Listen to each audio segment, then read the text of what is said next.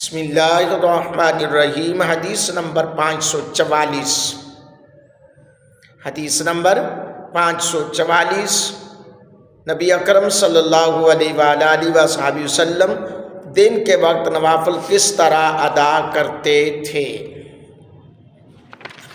جی ہاں، حضرت عاصم بن زمرہ بیان کرتے ہیں، ہم نے حضرت مولا علی پاک سے نبی اکرم صلی اللہ علیہ وآلہ وصحبہ وسلم کے دن کے نوافل کے بارے میں پوچھا تو انہوں نے فرمایا تم اس کی طاقت نہیں رکھتے۔ ہم نے عرض کی ہم میں سے کون اس کی طاقت رکھتا ہے، لیکن آپ ہمیں تو بتا دیں، آپ ہمیں بتا تو دیں، جاننا چاہتے ہیں۔ جس طرح حضور کی نماز تھی، حضور کا سجدہ تھا، اس کے اندر کیا راز تھے، کیا محبتیں تھیں، اس طرح کی طاقت تو کوئی نہیں رکھتا، لیکن آپ ہمیں بتا تو دیں۔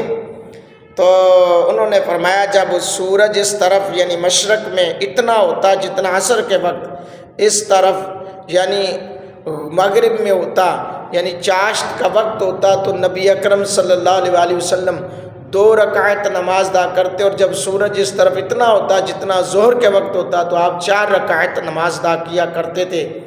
آپ ظہر سے پہلے 4 رکعت ادا کرتے تھے اور اس کے بعد 2 رکعت ادا کرتے تھے، عصر سے پہلے 4 رکعت ادا کرتے تھے، جن میں 2 رکعت کے بعد آپ مقرب فرشتوں، انبیاء، مرسلین اور ان کی پیروی کرنے والے مومنوں اور مسلمانوں پر سلام بھیج کر فصل کرتے تھے۔